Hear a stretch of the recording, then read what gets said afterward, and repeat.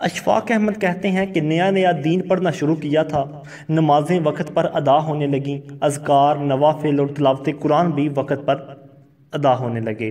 Music کی جگہ دینی لیکچرز، پردہ اور ایک کے بعد ایک تبدیلی آ گئی۔ زندگی میں سکون تو تھا ہی، لیکن اب سکون کی انتہا ہونے لگی۔ تشکر سے دل بھر گیا۔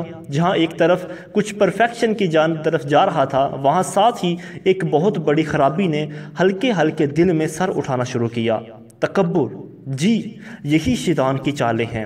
اول تو وہ دین کی طرف آنے نہیں دیتا، اگر اس مرحلے میں ناکام ہو جائیں تو ریاکاری کر کے نیکی ضائع کروا دیتا ہے، یا دل میں تکبر ڈال کر بھی ضائع کروا دیتا ہے۔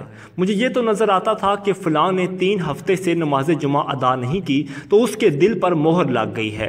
مجھے یہ بھول جاتا تھا کہ اللہ تعالیٰ نے ساری زندگی زنا کرنے والی اس عورت کو پیاسے کتے کو پانی پلانے پر بخش دیا۔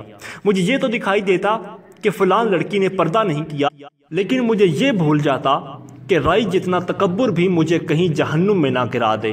مجھے یہ تذکرہ کرنا تو یاد رہتا کہ فلاں نے داڑھی رکھ لی اور نماز ادا نہیں کی۔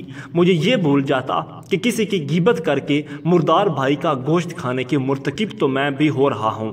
یہ سلسلہ کچھ عرصہ یوں ہی چلتا رہا۔ پھر ایک بار کسی نے بڑے پیارے انداز میں ایک قصہ سنایا۔ قصہ ایک فقیر کا تھا۔ وہ مسجد کے آگے مانگنے بیٹھا۔ نمازی باہر نکلے تو انہیں اپنی نمازوں پر بڑا زحم تھا۔ فقیر کو ڈانٹ کر بھگا دیا۔ وہاں سے اٹھ کر فقیر مندر گیا۔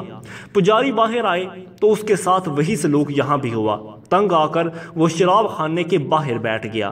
جو شرابی باہر آتا اور اسے کچھ دے دیتا، ساتھ میں دعا کا کہتا کہ ہم تو بڑے گنہگار ہیں، کیا پتا تجھے دیا ہوا ہی بخشش کے سبب بن جائے۔ مجھے سمجھ آ گئی تھی کہ گناہ کر کے شرمندہ ہونا نیکی کر کے تکبر کرنے سے بہتر ہے۔ یہ قصہ میرے لیے ٹرننگ پوائنٹ ثابت ہوا۔ ہم سب کو اپنے آپ کا جائزہ لینے کی شدید ضرورت ہے۔ ضرورت امر بالمعروف و نہی عن المنکر کریں، لیکن ججمنٹ کا کام رب کے اوپر چھوڑ دیں۔